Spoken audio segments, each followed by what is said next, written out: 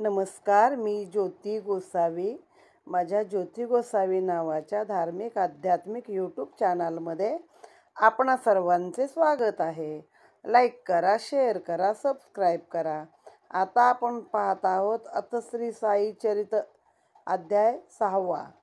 वक्रतुंड महाकाय सूर्यकोटी समप्रभ निर्विघ्नं कुर्मे देव सर्वकार्येषु सर्वदा. गुरुर्ब्रह्मा गुरुर्विष्णू गुरुदेव महेश्वरा. गुरु साक्षात परब्रह्म तस्मै श्री गुरुवे नमः.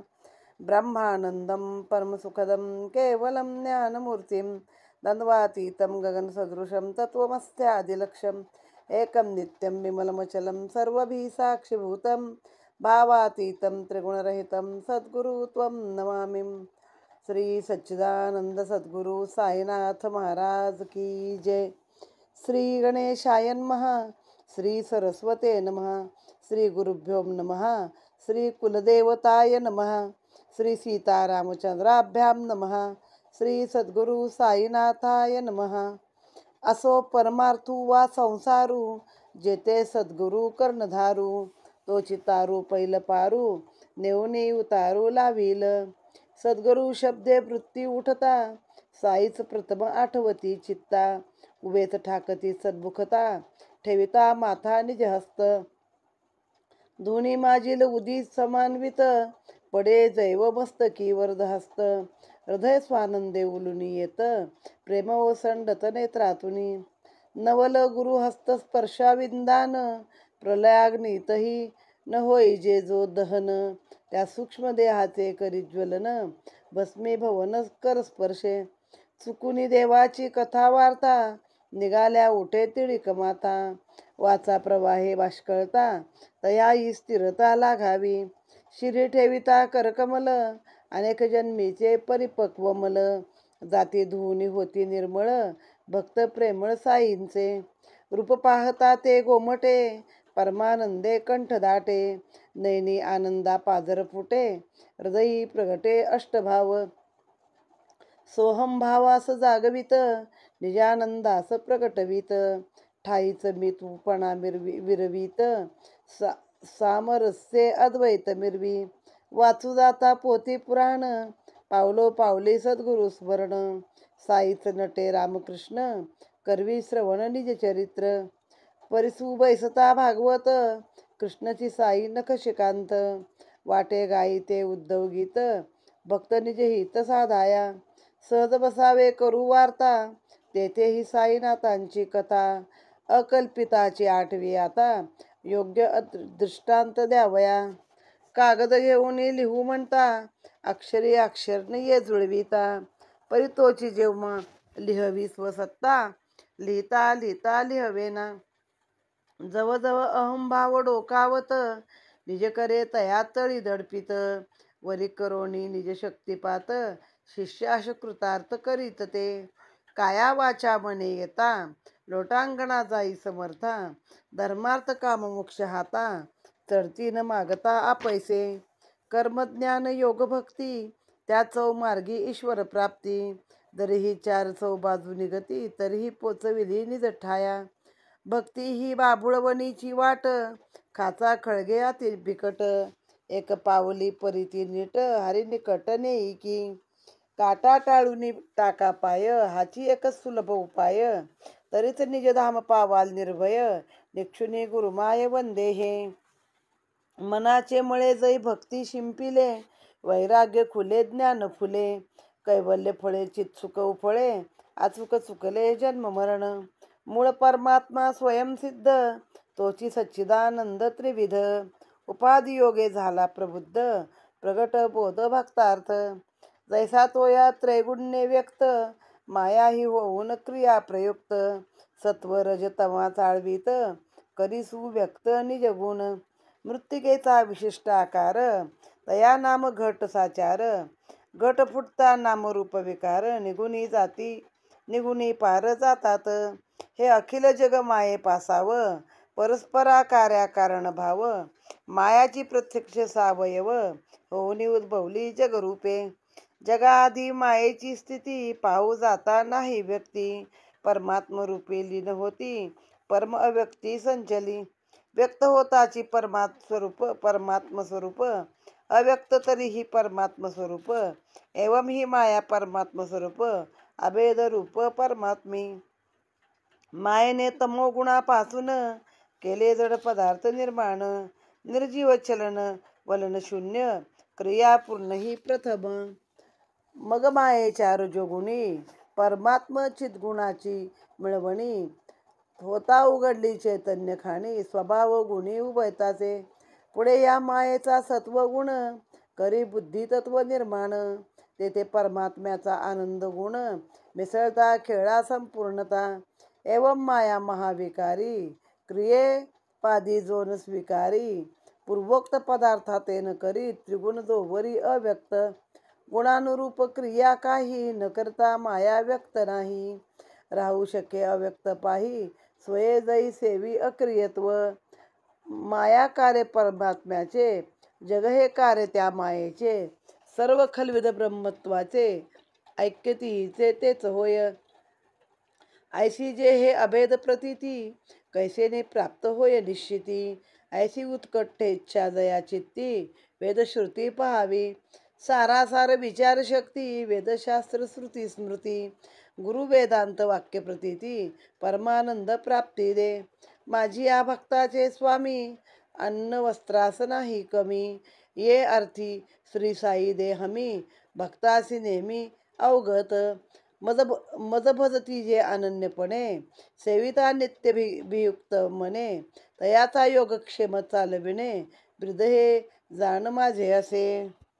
अध्यायाच्या सुरुवातीला नेहमीप्रमाणे गणपती, सरस्वती, सद्गुरू, कुलदेवता आणि रामचंद्रांचं स्मरण केलेलं आहे. सद्गुरू साईनाथांचं स्मरण केलं आहे. आणि मग आता ते परमार्थाचं बरंचसं म्हणजे याच्यामध्ये आहे की जे ज्ञान आहे, सृष्टी कशी घडली, योग, माया, परब्रह्म, सत्वगुण, रजोगुण, तमोगुण, हे सारे आपल्या डोक्यावरून जाणाऱ्या गोष्टी आहेत. आपल्याला नेहमी कथारूप आवडतं. तर त्याने सांगितलं की सद्गुरूचा विचार जरी केला तर डोळ्यापुढे प्रथम साईच येतात. जसं धुनीमध्ये हात घालून ती उदी जशी मस्तकी पडायची, तसंच साईंचा वरद हस्त एकदा मस्तकावरती पडला की हृदयातून आनंद उचंबळून येतो, डोळ्यातून प्रेमाश्रू वाहतात. तसं हे गुरूंच्या हस्तस्पर्शाचं नवल आहे. या अध्यायामध्ये गुरुच्या हस्तस्पर्शाने काय होतं बहुधा याच्याबद्दलच कथार्पण आहे. की एकदा गुरुने हात लावला तर तुम्हाला प्रलयाग्नीतनं पण तो वाचवतो, तुमचं दहन होत नाही. एकवेळ ते सूक्ष्म देह आहे त्याचं ज्वलन होईल, पण तुमच्या मोठ्या स्थूल देहाचं ज्वलन होत नाही.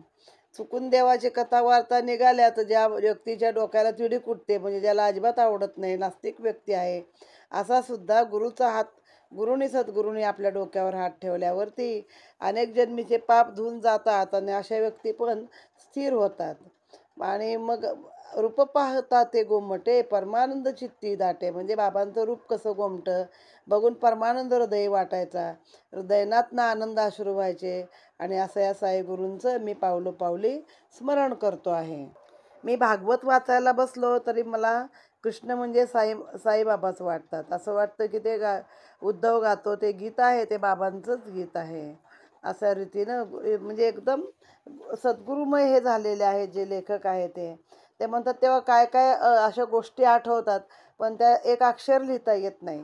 पण जेव्हा स्वतः बाबाचा हात धरतात किंवा सद्गुरूचा हात धरतात तेव्हा मात्र अनेक गोष्टी असं लिहिल्या जातात किंवा असा ग्रंथ लिहिला जातो. जेव्हा जेव्हा व्यक्तीच्यामध्ये अहंभाव होतो, भाव होतो, स्वतःचा एक गर्व होतो, तेव्हा हे जे सद्गुरू असतात ते आपल्या हाताने तो गर्व आहे ना तळाला दडपतात. आणि कधी कधी स्वतः कायावाच्या मने म्हणजे शिणतात आणि त्या व्यक्तीला मात्र ते मोक्षपदाला चढवतात, त्याला धर्मार्थ काममोक्ष असं देतात. मुळात भक्तीची वाट हीच खास कळग्याची वाट आहे. जसं काय बाभूळवनातली वाट आहे, म्हणजे काटेच काटेत, पण तुम्ही मात्र काटा टाळून कसा पाय द्यायचा हे लक्ष दिलं पाहिजे. तर ही वाट तुम्हाला सद्गुरूपाशी नेणार किंवा ही वाट तुम्हाला मोक्षधामाला घेऊन जाणार, हरीच्या तिथे घेऊन जाणार, असं त्यांनी सांगितलेलं आहे. मग ह्या ब्रह्मांडाची निर्मिती कशी झाली तर पहिलं परब्रह्म एकटंच होतं, अहम ब्रह्मस्मी हे त्यातून स्फुरण झालं आणि अहम ब्रह्मस्मी हा उद्गार निघाला. हे स्फुरण कोणी करवलं? मायेने करवलं. तोपर्यंत माया ही पण त्या परब्रह्मामध्येच विलीन झाले होते. पण जेव्हा ते जागृत झालं परब्रह्म, मायेनेच त्याला जागृत केलं आणि मग अहम ब्रह्मस्मी म्हणजे मीच ब्रह्म आहे हा उद्गार आकाशामध्ये ध्वनी उठला. मग ही माया काय करते? सक्रिय होते. मग आपले जे सत्व रज तमो गुण हे आहेत ते सगळे गुण चाळवले जातात. पण सगळ्याच शेवटी काय आहे? जसा एखाद्या मातीचे वेगवेगळ्या आकाराचे घडे बनवले, पण ते फुटले तर पुढे काय होते? त्याची मातीच होते. तद्वत हे सगळे भाव जरी चाळले सत्वगुण तम रजाचे, तरी पण शेवटी ते परब्रह्मरूपीच विलीन झालेले असतात. हे सत्व गुण रज तम हे जे मानले आहेत ना, हेच ब्रह्मा विष्णू म्हटले जातात. जो उत्पत्ती करतो ब्रह्मांडाची तो सत्वगुण आहे आणि ज्याला पालन पोषण भरण करतो विष्णू रजोगुण आहे आणि शंकर रुद्र जो तुमचं निराकरण करतो, सगळा प्रलय मांडतो आणि नष्ट करतो, त्याला तमोगुण असं म्हटलेलं आहे. म्हणजे माया हे सगळे तीन गुण जागे करते आणि जोपर्यंत ते अव्यक्त होत नाही तोपर्यंत त्यांना मूळ रूपामध्ये आपल्या येऊन देत नाहीत. मग आता इथं साईने कसे दिले हे सगळं आपल्या डोक्यावरच्या गोष्टी जाऊ द्या. आपण साधं सुद्धा आपल्या सद्गुरूचे पाय धरावे तर ते अन्नवस्त्राला तुमच्या कमी पडू देत नाहीत. ते म्हणतात जो माझं भजन करतो तर त्याचा योगक्षेम आहे रोजचा, तो मला चालविला पाहिजे, हेच माझे ब्रीद आहे. हेची भगवद्गीता वचन साई म्हणती मानाप्रमाण, नाही अन्नवस्त्राची वाण तदर्थ प्राण वेचू नका. देवद्वारी मानवावा देवापुढे जी पदर पसरावा, तयाचाच प्रसाद जोडावा मान सोडावा लौकिकी. काय लोकी मांडोलविली तितक्याने का भरसी बुली, आराध्य मूर्ती चित्ती द्रवली धर्मे डवडवली पाहिजे. हाची ध्येय लागो गोड सर्वेंद्रिया भक्तीचे वेड, इंद्रिय विकारा भक्तीचे मोड फुटोत कोड मग काय. सदैव ऐसे भजन घडो इतर काहीही नावडो, मन नाम स्मरणी जडो विसर पडो अवघ्याचा. नाही मम देह गेह वित्त परमानंदी जडेल चित्त, मम मन समदर्शी आणि प्रशांत परिपूर्ण निश्चित होईल. सत्संग केलियाची खूण वृत्तीशी पाहिजे समाधान, नाना ठाई वसे जे मन ते काय सल्लीन म्हणावे. तरी होऊनी दत्तावधान श्रोता भावार्थे परसी जे निरूपण, करता हे साई चरित्र श्रवण भक्ती प्रवण मन हो. कथा संगती होईल तृप्ती लागेल चंचल मना विश्रांती, होईल तळमळीची निवृत्ती सुख संविधी पावाल. आता पूर्वील कथानुसंधान मशिदीचे जीर्ण उद्धारण, रामजन्माचे कथा कीर्तन चालवू निरूपण पुढारा. एक भक्त गोपाळ गुंड जयासी बाबाची भक्ती उदंड, मुखी बाबाचे नावाखंड काळखंडन येरीती. तयासी नव्हते संतान पुढे साई प्रसादे करून, पावता झाला पुत्ररत्न चित्त प्रसन्न दाहले.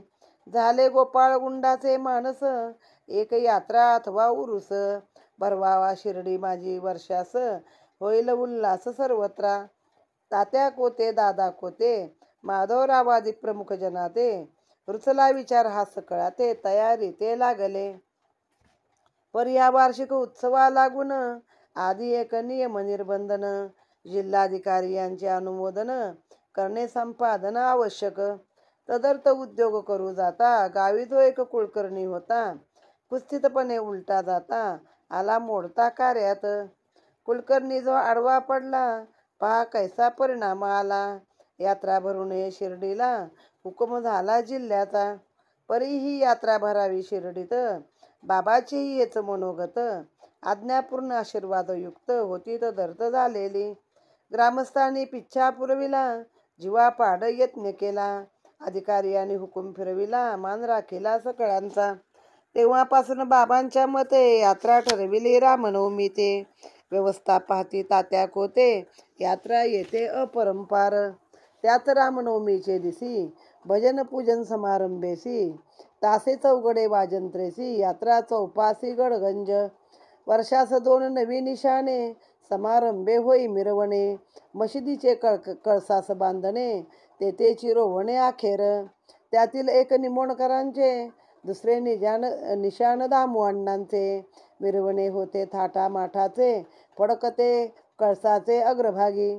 पुढे रामनवमीचा उत्सव, उरुसापोटी कैसा समुद्भव, तैसा ते कथानका अभिनव, स्वानंद गौरव शिर्डीचे.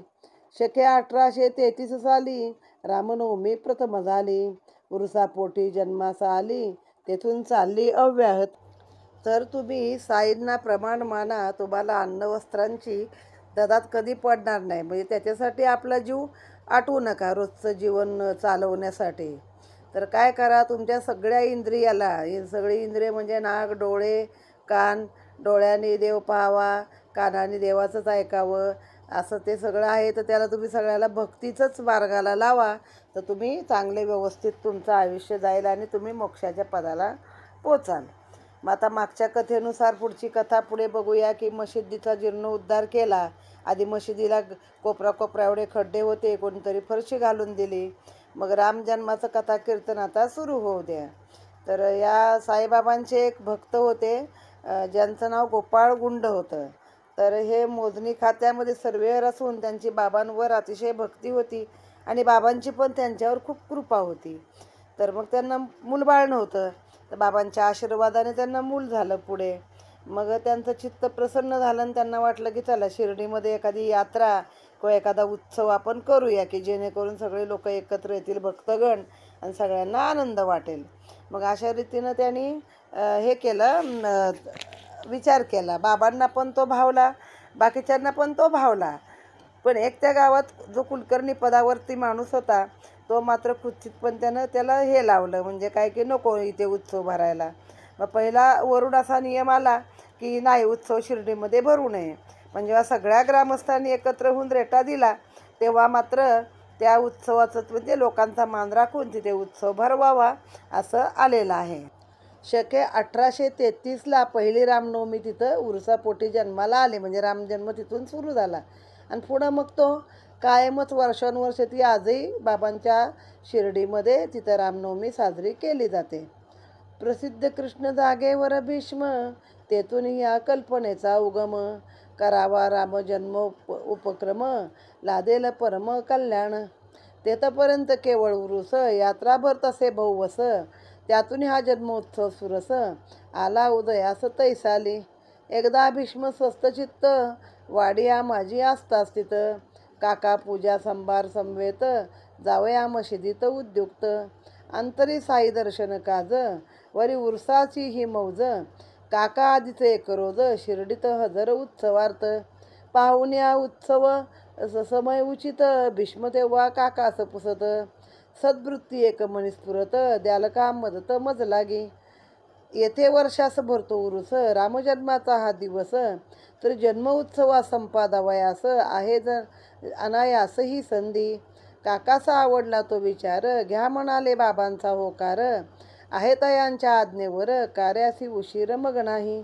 परी उत्सवा लागे कीर्तन, उभा राहिला तोही प्रश्न, खेडेगावी हरिदास कोठून, ही एक अडचण राहिली. आता हे काका म्हणजे त्यांचं संपूर्ण नाव आहे शंकरराव रघुनाथ देशपांडे उर्फ नानासाहेब निमोणकर. अहमदनगरचे बाबांचे एक फार जुने कासार जातीचे भक्त आहेत ते दुसरे. पहिले निमोणकर, त्यांचं नाव शंकरराव रघुनाथराव देशपांडे उर्फ नानासाहेब निमोणकर. दुसरे जे दामोअण्णा म्हणून आहेत, ते बाबांचे जुने भक्त आहेत कासार जातीचे अहमदनगरचे. आणि तिसरे काका म्हणजे लक्ष्मण गणेश उर्फ काका महाजनी. तर पहिला रामनवमीच्या निमित्ताने नुसता उत्सवच भरायचा, उरूसच भरायचा, पण रामजन्म काही होत नव्हता. मग प्रसिद्ध कृष्ण जागेश्वर भीष्म, तेथून या कल्पनेचा उगम. आता हे नाव आत्ताच आपण त्याच्यामध्ये संदर्भात घेतलेलं आहे. मग ते काकांना बोलले की आपण रामाचा जन्म पण करूया ना.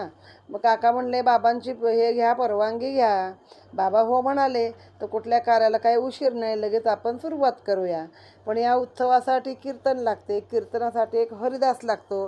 तर या खेडेगावामध्ये भजन करणारा हरिदास कुठून आणायचा?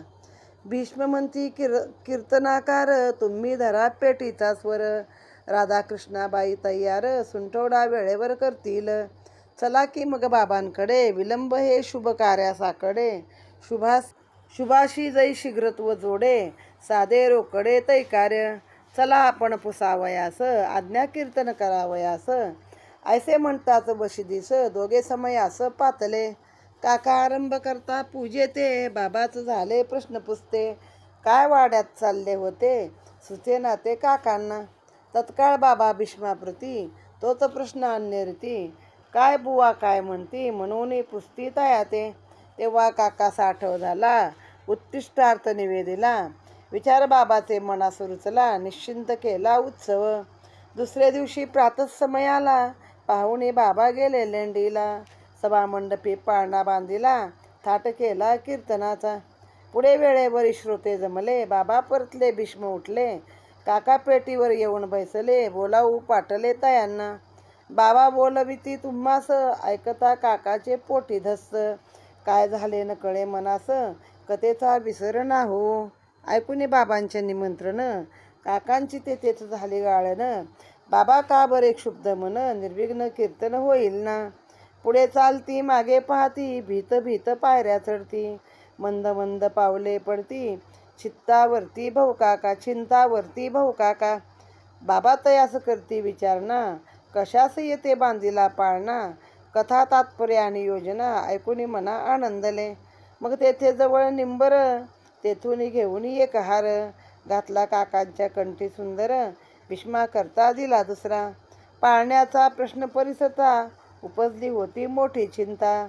परिगळा तो हार पडता, सर्वास निश्चिंतता जाहली. आधीच भीष्म बहुश्रुत, विविध कथा पारंगत. कीर्तन झाले रसभरित, आनंद अपरमित श्रोतया. बाबा हितै प्रसन्न वदन, जैसे दिधले अनुमोदन. तैसाची उत्सव घेतला करवून, कीर्तन भजन समवेत. रामजन्माची अवसरी, गुलाल बाबांच्या नेत्राभितरी. जाऊन प्रगटले बाबा नरहरी, कौसल्ये मंदिरी श्रीराम. गुलालाचे केवळ मीश, रामजन्माचा तो आवेश. होईल अहम रावणाचा नाश, दुर्वृत्ती राक्षस मरतील. एकाएकी आला कोप, प्रत्यक्ष नरसिंहाचे रूप. सुरू झाले शिव्या शाप, वर्षावा मूप झाला. पाळण्याचे होतील तुकडे, राधा कृष्णा मनी गडबडे. राहील कैसा धडे साकडे, येऊन पडले तिज लागी. सोडा सोडा लवकर सोडा, पाठीशी लागला तिचा लकडा. काका सरकले पुढा, पाळणा सोडा वयाते. तव ते बाबाची अतिकावले, काकाची या अंगावर धावले. पाळणा सोडणे जागीच राहिले, मृत्यूवर आले बाबाही. पुढे दुपारी आज्ञा पुसता, बाबा काय वदले आश्चर्यता. एव्हाचा कैचा पाळणा सोडता, आहे आवश्यकता अजुनी. ही आवश्यकता तरी कसली, अन्यथा नव्हे साई वचनावली. विचार करता बुद्धी स्फुरली, सांगता न झाली उत्सवाची. येथवरी उत्सव झाला, दुसरा दिवस तो नाही उगवला. नाही झाला तो गोपाळ काला, उत्सव सरला न म्हणावे. येणेप्रमाणे दुसरे दिवशी गोपाळ काला कीर्तन होऊनी. पाळणा मग सोडावया लागुनी, आज्ञा दिली बाबांनी. पुढील वर्षी भीष्म नव्हते, बाळाबुवा सातारकराते. कीर्तनाते आणविले होते, जाणे कवठ्याते तयांना. म्हणून बाळाबुवा भजनी, प्रसिद्ध अर्वाचीन तुका. म्हणून घेऊन आले काका महाजनी, उत्सव त्या हातून करविला. हेही जरी मिळाले नसते, काकाच कीर्तनार्थ उभे राहते. दासगणुकृत आख्यान त्याते, पाठची होते नवमीचे. तिसरे वर्षी सातारकर बाळाबुवांचेच शिर्डीकरवर. आगमन झाले वेळेवर, कैसा सादर परिसाते. ऐकून साईबाबांची कीर्ती, दर्शन कामना उद्भवली चित्ती. परिमार्गात पाहिजे संगती, लाभेल केवती ही इच्छा. बाळाबुवा स्वये हरिदास, साताऱ्याकडे मूळ रहिवास. मंबापुरी परळास होता निवास ते समयी. बिराड सिद्ध कवटे म्हणून सातारा जिल्ह्यात देवस्थान. तेथे रामनवमीचे कीर्तन वर्षासन बुवास.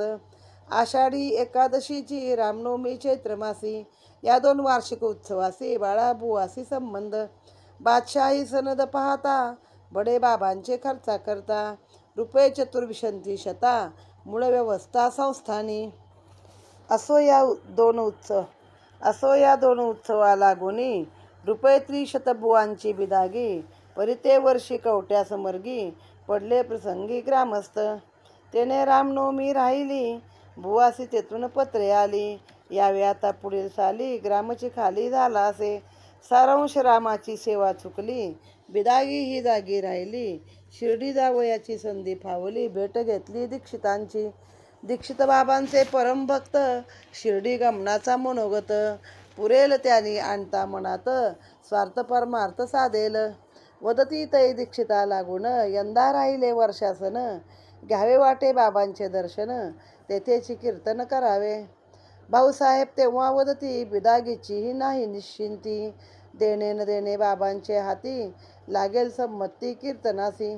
इतके संभाषण चालले असता, काका महाजनी येऊन अवचिता, शिर्डी प्रसाद उदी वाटता, शुभा शकुंता गमली ते.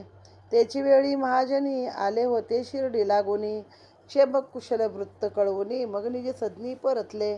असो पुढे बुवांप्रती, दीक्षित तेव्हा परमप्रीती, म्हणती विचारीन बाबांची संमती, दिदल्या निश्चिती कळवीन. पत्र येता शिर्डीस यावे, वाट खर्ची लागी न भ्यावे, तदर्थ नलगे आपणा जिजावे, निशंक असावे मनात.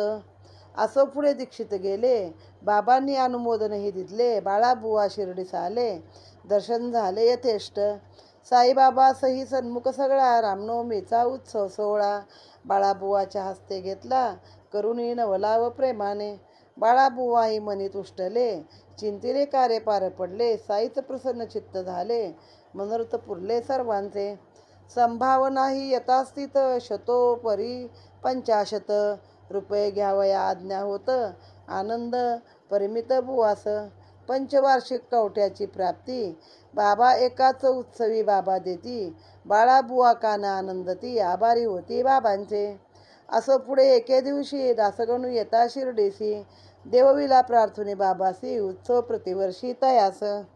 जेव्हा रामनवमीच्या कीर्तनाला या खेडेगावामध्ये हरिदास कुठून आणायचा असा प्रश्न पडला, तेव्हा ते जे भीष्म होते ते म्हणाले की तुम्ही पेटीचा स्वर धरा, राधाकृष्णाबाई सुंठवडा करतील तयार. मग बाबांकडे गेले, बाबांना त्याचं विचारलं, बाबा हे असा असा रामजन्म करायचा का?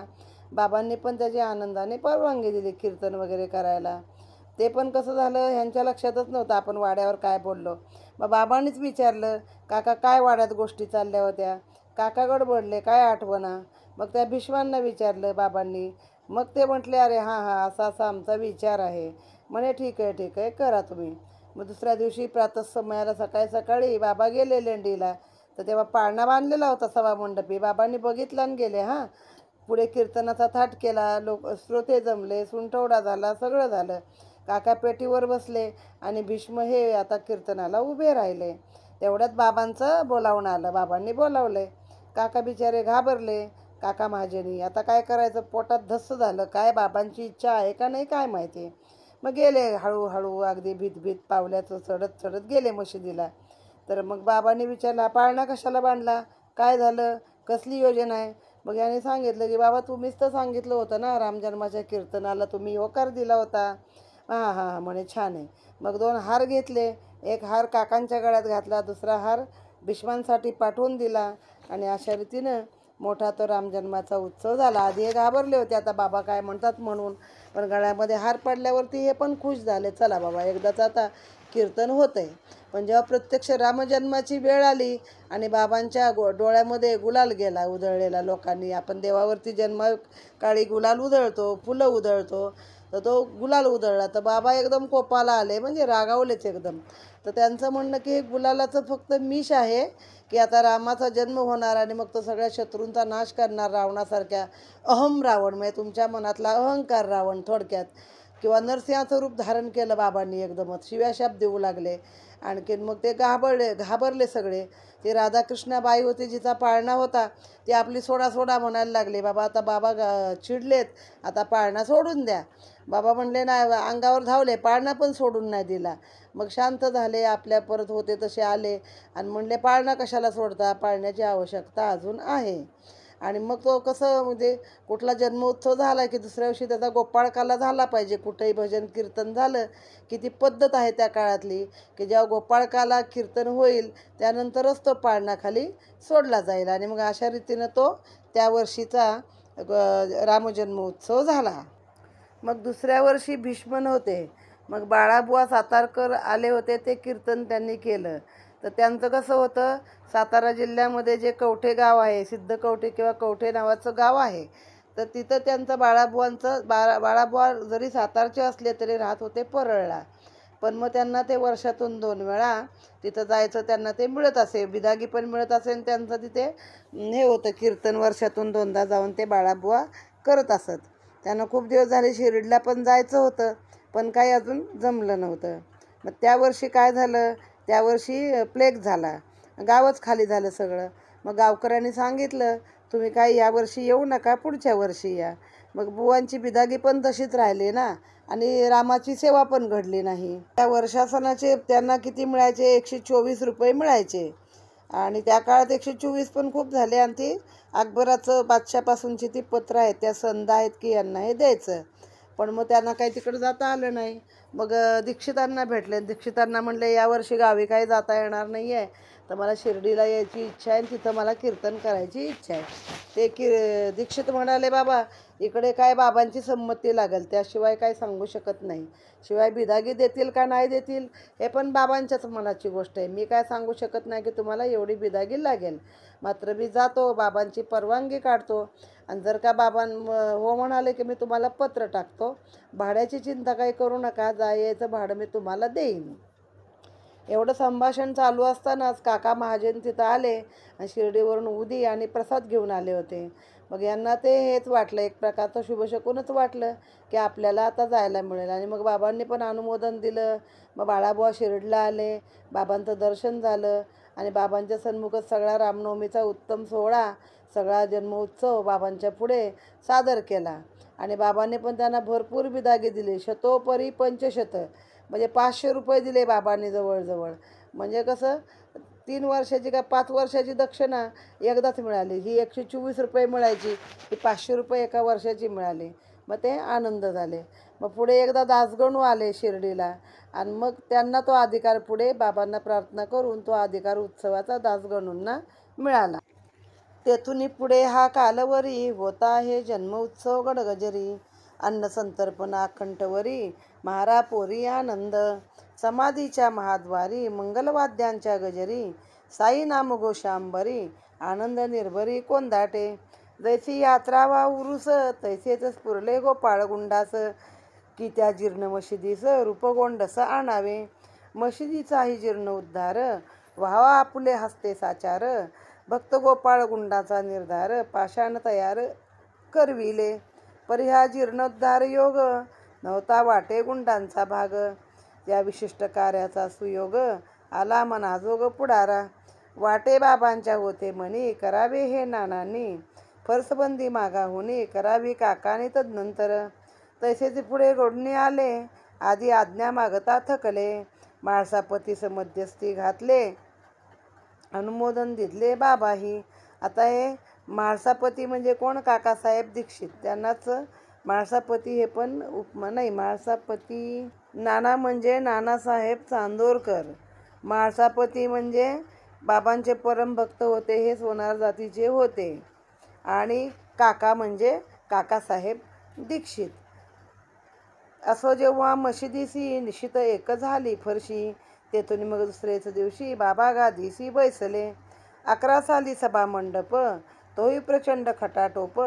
तेवढा तरी महाव्याप, झाला थरकाप सकळी का. कारे तेही याची रीती, ऐसीच सकल परिस्थिती. आस्था पूर्ण केले भक्ती, एके रात्रीत सायासे. रात्री प्रयासे खाप दाटावे, सकाळी बाबांनी उपटू लागावे. अवसर साधुनी पुन्हा चिणावे, ऐसे शिणावे सकळी की. सर्वांनी घालावी कास, करावा रात्रीचा दिवस.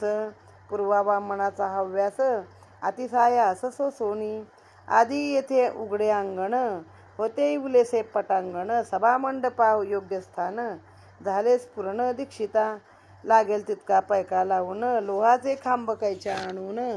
बाबा चावडीसी गेले से पाहून, काम हे साधून घेतले. भक्तांनी रात्रीचा करावा दिवस, खांब चिणावे करुणी सायास. चावडीतून परतण्याचा अवकाश, लागावे उपटण्यास बाबांनी. एकदा अत्यंत कोपायमान, एका हाती तात्याची मान. दुज्याने एक खांबास हलवून, उपटून काढू पाहत. हलून हलून केला ढिला, तात्याचे माथ्याचा फेटा काढला. कांडे लावून पेटून दिला, खड्ड्यात टाकला त्वेषाने. तया समयीचे ते डोळे दिसत होते आनलगोळे. सन्मुख कोण राहील त्या वेळे, धैर्य गेले सकळांचे. लगेच खिशात हस्त घातला, रुपया एक बाहेर काढला. तो तेथेची निक्षेपीला, जाणवतो केला सुमूर्त. शिव्या शापांचा वर्षाव झाला, त्यातही मनी बहु घाबरला. प्रसंग बहु बिकट आला, प्रकार घडला कैचा हा. जनलोक विस्मयापन्न, हे काय आज आहे दुश्चिन्ह. तात्या पाटलावरील हे विघ्न, होईल निवारण कैसे की. भागोजी शिंद्याने धीर केला, हळूहळू तो पुढे सरकला. तोही आयतात सापटला, येथेच घुमविला बाबाही. माधवरावही हाती लागले, तेही विठाचा प्रसाद पावले. जे जे मध्यस्थी करावया गेले, वेळीच अनुग्राहिले बाबांनी. बाबांपुढे जाईल कोण, केवी तात्याची करावी सोडवण. म्हणता म्हणता क्रोध क्षीण, झाला शमन बाबांचा. तत्काळ दुकानदार बोलविला, जरी काठी फेटा आणविला. स्वये तात्याचे डोक्यास बांधिला, शिरपाव दिदला जणू त्यास. आश्चर्यचकित लोक झाला, काय कारण या रागाला. किमर्थ तात्यावर ह्या हल्ला, केला गिल्ला बाबांनी. कोपास चढले की निमित्त, क्षणात पाहता प्रसन्न चित्त. त्यातील कारण यत्किंचित, कोणासही विदित होईना. कधी असत शांत चित्त, प्रेमे गोष्टी वार्ता वदत. कधी लागता निमिषवा निमित्त, क्षुब्ध चित्त अवचित. असो आयशा या बाबांच्या गोष्टी, एक सांगता एका आठविती. सांगू कोणती ठेवू कोणती, प्रपंच वृत्तीवर विना. करवेन मदही आवड निवड, जैसी जिला मिळेल सवड. तशी ती श्रोतियांची होड, श्रवण कोड पुरविल. पुढला अध्यायी बाबांचे श्रवण, वृद्ध मुख श्रुत पूर्व कथन. साईबाबा हिंदू की यवन, करू निरपुण यथामती. दक्षिणा मिशे घेऊनी पैसा, जीर्ण उद्धार लाविला कैसा. धोती पोती खंड दुखंडसा, देह कैसा दंडित. कैसे परार्थ वेष्टीत कष्ट, निवारित भक्त संकट. पुढील अध्यायी होईल स्पष्ट, श्रोते संतुष्ट होतील. स्वस्ती श्री संत सज्जन प्रेरिते, भक्त हे माडपंथ विराचिते. श्री साई समर्थ सच्चरिते, रामजन्म उत्सवादी कथन. नाम षष्ठो अध्याय गोढा. इति श्री शुभम भवतु. सद्गुरु साईनाथार्पणमस्तु. असा मग वर्षानुवर्ष रामनवमीचा उत्सव शिर्डीमध्ये सुरू झाला. तो आजही सुरू आहे आणि तिथे लोकांना जेवण अन्न संतर्पण. आताही बघतो शिर्डीमध्ये आपल्याला अन्न फ्रीच आहे, फुकटच आहे. मग त्या गोपाळगुंडास काय वाटलं, शिर्डीच्या मशिदीला त्यांनी लाद्या घातल्या, तर आता ही मशीद पण गोंडस गोमटी करावी, हिला चांगली करावी असं म्हणून त्यांनी ते फरसबंदी मागवून म्हणजे जे काही असतं ते नानासाहेब चांदोरकरांनी करावं असंच बाबांना वाटलं. आणि काकाने त्यानंतर ते तो पुढचा भाग करावा, हे बाबांची इच्छा होती. गोपाळगुंडांच्या हातून काही त्याचा तो जीर्णोद्धार काही व्हायचा नव्हता. जीर्णोद्धाराचं काम नानासाहेब चांदोरकरांनी करावं आणि काकासाहेब दीक्षितांनी पुढे परसबंदी करावी ही बाबांची आज्ञा होती. मग याच्यामध्ये एक म्हाळसापती जे आहेत, मगाशी आपण सांगितलं सोनार जातीचे होते, ते बाबांचे परमभक्त होते. म्हाळसापतीला मध्यस्थी घातलं, बाबांनी अनुमोदन दिलं आणि मशिदीचा जीर्णोद्धार सुरू झाला. बरं, एका रात्रीमध्ये करायचे, कारण बाबांचा तेव्हाचा व्यवहार कसा होता, बाबा एक दिवस मशिदीमध्ये राहायचे आणि एक दिवस बाबा सरकारी चावडीवरती जायचे. मग त्याच्यामुळं आज ते आता मशिदीत राहिले की दुसऱ्या दिवशी सकाळी ते चावडीत जायचे. पुन्हा वाजत गाजत सकाळी मशिदीला यायचे आणि संध्याकाळी वाजत गाजत ते चावडीवर जायचे. मग ही लोक काय करत, बाबा चावडीवर गेले की तेवढ्या काळामध्ये आपण हे काम उभं करावं अशी त्यांची इच्छा होती. त्यानुसार 11 साली मंडप घालायचं काम सुरू केलं. तो केवढा खटाटोप करायला लागला, सगळ्यांचा थरकाप झाला. तेव्हा काय व्हायचं, ह्यांनी लोखंडाचे खांब वगैरे रात्रीत आणायचे, खांब उभे करायचे. सकाळी बाबा आले की बाबांचे ते खांब उपटून काढायचे. हे लोक पुन्हा रात्री कासोटे घालून एवढा जीवाचा आटापिटा करून पुन्हा ते खांब रोवायचे आणि बाबांनी येऊन ते खांब पुन्हा उपटून काढायचे. असंच त्यांचं काय होतं, कशासाठी ते बाबा करत होते ते काय कुणाला शेवटपर्यंत कळलेलं नाही. आता हे तात्या म्हणजे हा बायजाचा मुलगा, जे पहिल्यांदा बाबांना जिने हे करू मुलासारखं खाऊ पिऊ घातलं होतं, त्या बायजाबाईचा मुलगा हा तात्या. ह्याला कुष्ठरोग झालेला, ह्याला कोणी जवळ करत नव्हतं. तेव्हा बाबा मात्र त्याच्या हातून आपल्या स्वतःच्या सर्व अंगाला तूप चोळून घेत असत. मग एकदा काय झालं, बाबाजी चिडले आणि तात्याची मान हातात धरली एका हातात आणि दुसऱ्या हाताने खांबाला हलवून हलवून उपटून काढून पाहत होते. तात्याचा पार फेटा बिटा काढला, त्याला आग लावून पेटून दिला, खड्ड्यात टाकला. डोळे असे लाल जसे काय अग्नीचे गोळेच आहे. कोण उभं राहायला समोर तयार नाही. मग आपल्या खिशात हात घातला, 1 रुपया मिळाला, तो तिथे टाकून दिला खाली. म्हणजे आता तो मूर्त केला त्यांनी. पण शिव्याशाप देऊ लागले. सगळे संत महात्म्यांचं हेच आहे की अचानक कधी चिडतात, पण त्याच्या मागे काहीतरी वेगळं कारण असतं. मग तात्याला सोडवायला कोण गेलं? भागोजी शिंदे गेला धीर करून. हळूहळू तो सापडला, त्याला पण धुमसवला.